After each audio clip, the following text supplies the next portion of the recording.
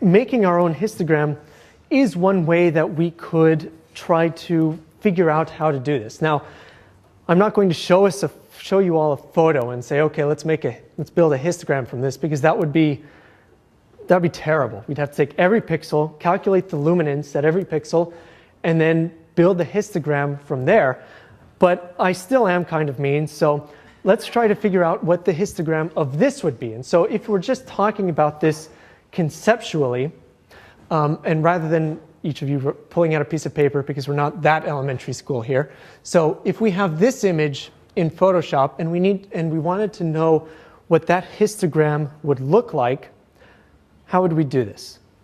Well, first let's think about it this way. Which spikes would be the tallest? Yep, so these primary colors, red, the green, and the blue. How much taller would they be? Yeah, so they'd be twice as tall. So we have some spikes. We have 4 spikes somewhere for these colors. They're a certain height. And then we have twice as tall these other spikes for this color information. And so, because remember these histograms are a fixed height, we can imagine that these tall spikes are going to take up the entirety of the histogram. Then those half spikes will be exactly half of it there. So we have a couple of easy ones that we could try to knock off on our histogram. And just temporarily I'll try to, I know this will be tough to see, but I'll show you more concretely. This is just so we can write it down on the blackboard for now. So let's just try to get some of the easy ones out of the way. So what are some easy ones we can do right now? The white and the black. Okay, so we know that those are half height. And the black one will be all the way back here. The white one will be all the way up here. So I'm drawing multiple lines, but I'm just trying to give it thickness rather than trying to imply that it's wider. Okay, so what other ones would be easy? Yep, okay, so the red, the green, and the blue. So let's do it in the reverse order. Blue, which would be, yep, so about 10% over here, and it'd be the entire height. How about green? Yep, 60% over, so not all the way to the right, but almost. So about there. And then we have red, which is 30%, so it's about there, something like that. Okay, now we have these 2 other colors, which are a little bit more complicated, a yellow and a cyan. And I sort of gave these answers away earlier when I was talking about combining these, so I hope you were paying attention. So how can we make these 2 last spikes on this histogram? So the yellow would be what? Would be halfway between the red. So why is that? Why would it be? So it's actually not quite. So if we keep in mind that yellow is made up of which 2 colors? It's made up of the red and the green, which means that if we have a yellow color, then we have the complete presence of that particular color, which means that we have 255 times 0.6 plus 255 times 0.3, and I'm just rounding here to make it easier. So that means we have 255 times 0.9. So this is going to be about 90% of the way over.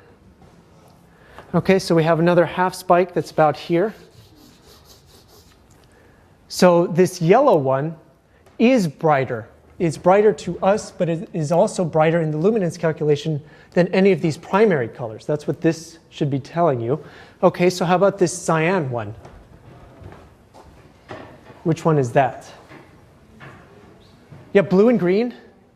So we have 0.6 plus 0.1, so we get about 70% of the way over. So we have a little spike that's just a little bit to the right of our green one. Okay. That wasn't too painful, right? And in fact, it would have been a lot easier had we just put it into Photoshop in the first place. And you see that we get exactly the same thing that we just talked about. Pretty neat, I think. Okay. Now, yes, this is breaking it down a little bit much, but the whole point of this is to get you to understand what this is showing you. And secondly, that there is more than just luminosity. So if you remember, when I was over here in Photoshop somewhere, And at first it wasn't showing me the correct histogram. That's because there's a variety of histograms available to me. So the other ones aren't quite as difficult to figure out as luminosity. So we've gotten the hard one out of the way, but it's important to show the difference between it. Now, before we even get into that, imagine that we're talking about things that are just a little bit more photographic. So rather than having just these very big swaths of color that are, completely colorful and completely saturated, we have something that's a little bit more photographic, and this is a gradient. So you can imagine that if we have a red gradient from red all the way to white, it starts out red and it's getting brighter and brighter and brighter. And so that's the sort of histogram that we see here. Now here's a question for you. Why is it so jagged? Why does it go up and down, rather than looking sort of like a smooth amount? So first of all, I guess even before that, why does it go down and then come back up in this gradient? Because there's more extremes on either end. Right, that's right. So over here, there's a certain amount of width of pixels of pure red and pure white, and those are sort of the high points in this parabola of sorts. So if this gradient was more uniform, so if there was less of the pure red on this end and less of the pure white on this end, then it would be a bit flatter. But that's not the case. There's more red and more white than the gradient itself. So we see this sort of dip in the middle. Now we have this kind of crazy up and down motion. Why might that be?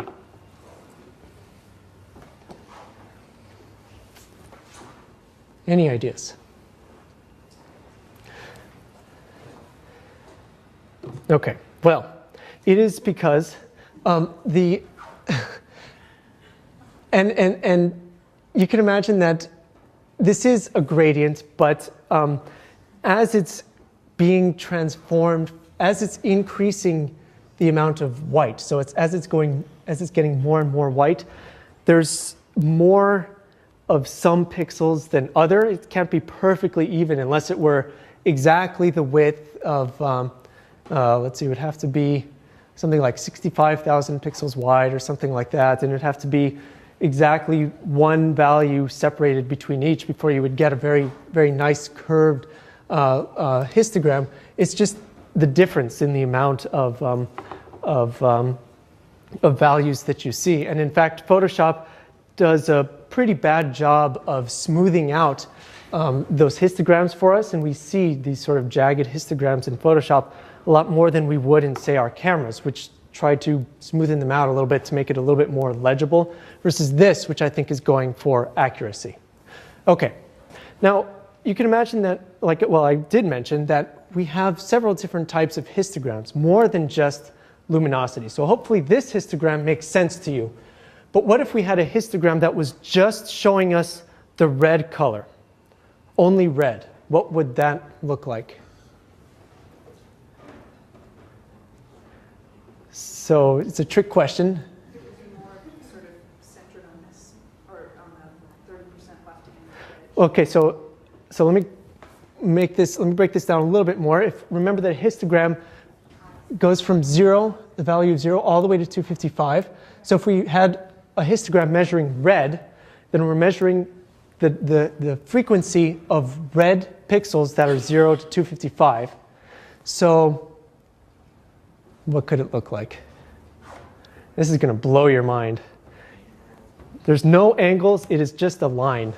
And the reason for that is that this is completely red throughout here. Remember, what makes white? We're adding more and more green and blue, which means that this has to be completely red on this end as much as this side is red as well. So over here on this end, we have not only the complete presence of green, the complete presence of blue, but also the complete presence of red. So even though this side isn't red, red still has to be here in terms of its values for it to look like this. Okay, so how about green then? Right, so here there's a complete absence of green, and then it goes to the complete presence of green. So we would expect it to be sort of a line.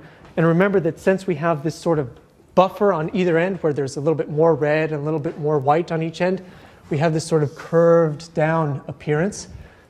And so blue is actually a similar thing. So these histograms are very, very different, but they tell us some pretty important things, or some very interesting things at least, about this particular image. Yes?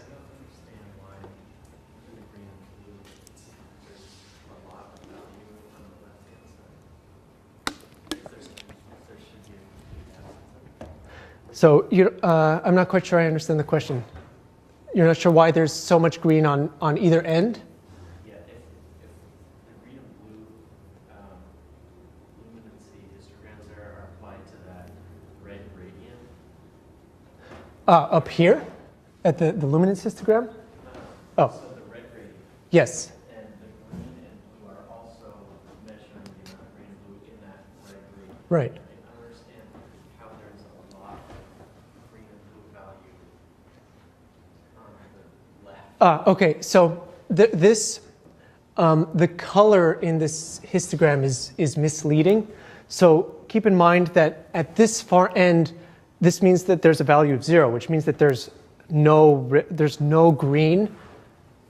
So when this is giving you a bar right here, this means that there are this many pixels that have the value of green is 0, where the value of green is 0. So over here, there's so many pixels. There's a little rectangle of pure red pixels that have 0 green values associated to them, and that is what this is measuring right here. So what would be more accurate, perhaps, is if this itself were a gradient where it had the same shape, but the color of this shape goes from black to green.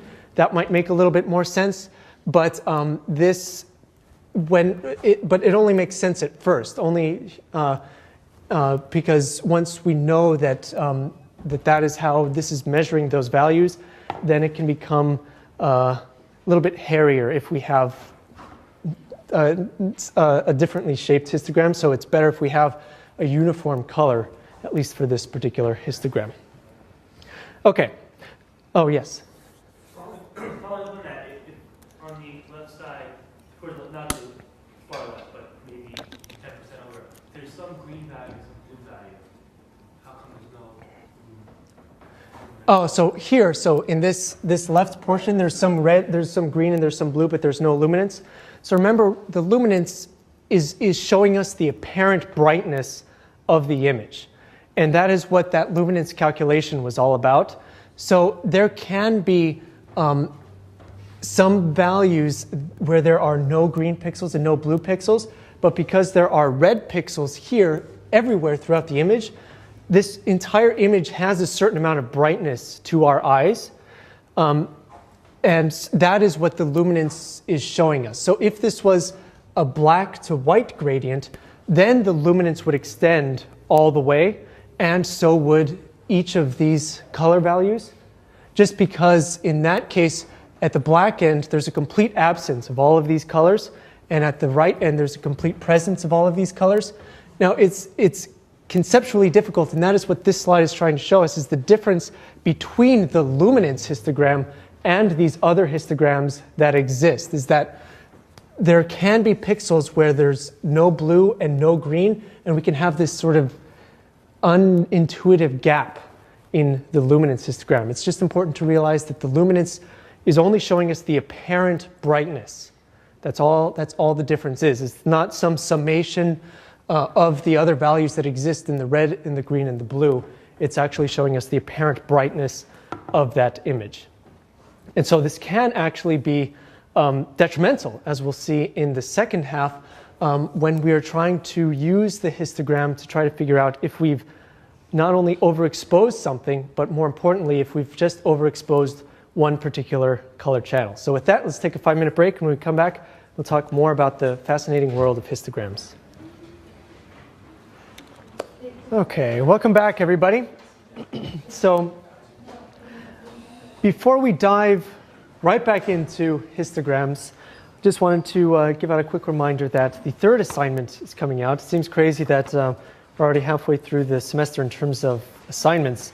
And it just seems like 3 weeks ago when it was still light outside at this point in time today. So it's a little depressing. But despite the fact that we have less daylight, you should hopefully still be able to get some truly excellent photos for this assignment. So as with assignment 2, there are 3 parts to this assignment. The first is just a theoretical problem set-like part. Second part is primarily taking photos type part. And one thing that I do want to mention, so there's a few changes from the second assignment.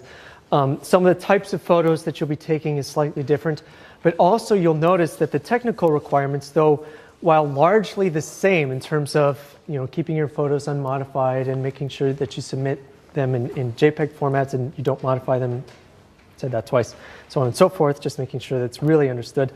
I do mention that you can start taking photos in the RAW format.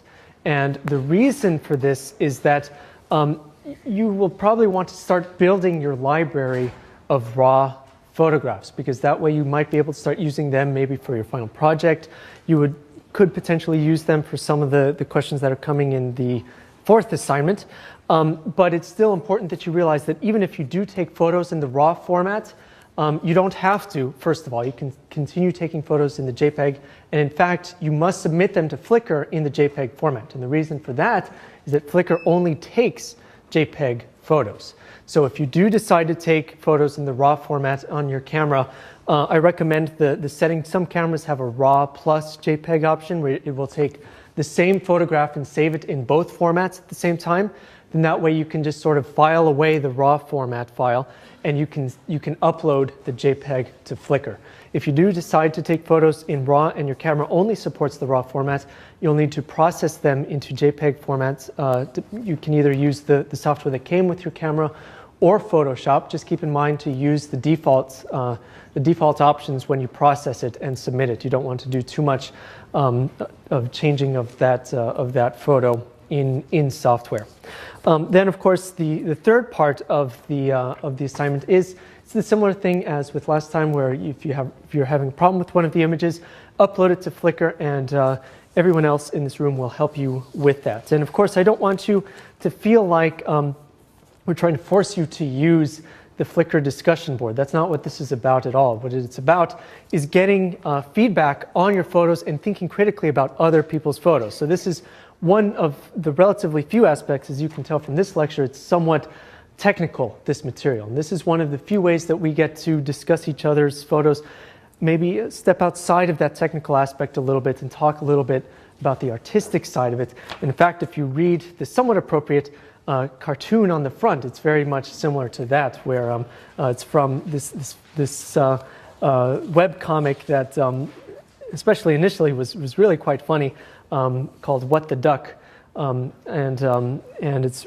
involves photography and ducks and what's not to like about that. So anyway, back to this. Of course, if you do have any questions, you can feel free to let any of us know. Now, I know that talking about some of this stuff is a little bit confusing, and you may be wondering why on earth we're talking about this in the first place. And don't worry, as always, it will come together a little bit later. Rest assured that I'm not just teaching you this to wow you with technical knowledge or anything like that. There is a very real purpose to this. And I also know that understanding the difference between the luminance histogram and these other ones can be a little bit complicated. So let's just try a quick mental exercise. Yes? No question. I'm not just trying to track this. So if there was no green or blue, Yes. would that entire box be red? If there was no green or blue in this area? If there was no green or blue, would the entire box, in which portion? The photo, the big box over here, would this all be red? Would this all be red if there were no green and if there was no green and no blue in the picture? Yes, that's correct. And in fact, you see that here, what we're doing with this, these 3 histograms is we're breaking it down into what are called channels. So we have a red channel, we have a green channel, and we have a blue channel. And we can actually open this sort of thing up in Photoshop. It's usually associated with layers. It's the tab right next to that. And you can usually select one of these channels and see only that channel, and they convert that channel to black to white. That's not a luminance conversion. They're just showing you the black values are, the complete absence of that color. So if we're looking at the blue channel, for example, we can imagine that the blue channel would look like black to white, because there's a complete absence of blue on this side, there's the complete presence of blue on this side, and it's this gradient as we go from left to right. And we'll be talking about channels when we're probably in the next lecture when we go into more software tools. But as a mental exercise, let's think about what would happen if we changed this gradient a little bit. So rather than a gradient of red to white, how would each of these histograms, and first let's talk about the luminance histogram, how would each of these histograms change if it was a red to black? So it's the same thing, except instead of being white, it's a gradient of red all the way to black. So the luminance histogram is talking about the brightness, the apparent brightness of the image. So how would that look? Yeah, so it's basically the inverse of this. It starts at the very far left, and I can't quite reach it, and it goes about 30% of the way over. Now, how about the red channel? Be careful here. What will this look like? It doesn't look the same because if we go from red to black, remember, what is black? It's this total absence of a color. So it's also not on the far left side because there is some red in this photo. So it's basically, it looks like this green one, but it's in this red because we go from the complete presence and then through this gradient and then to the, or rather this complete presence, we go through the red values and then to the complete absence of red. And so what about the green channel? Well, there's no green at all because we're just going from red to black. We're not adding any extra colors. So we have a green channel histogram that's just one spike at the very far left. Blue channel is the same sort of thing. And in fact, during the break, I quickly made up that exact image. So we have here a histogram that goes from red all the way to black. And we have here the Photoshop window that shows us the histogram. So you can see this is the luminosity histogram that we determined. We can look at the red channel only, and it goes from completely black to completely red. Green channel, complete absence of it.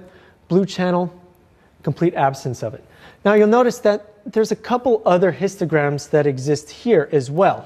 And so talking about these red, green, and blue channels is really meant to be sort of cursory because we do have these other, perhaps more important histograms that exist as well. So I would argue that these three are perhaps the three that you should really sort of know.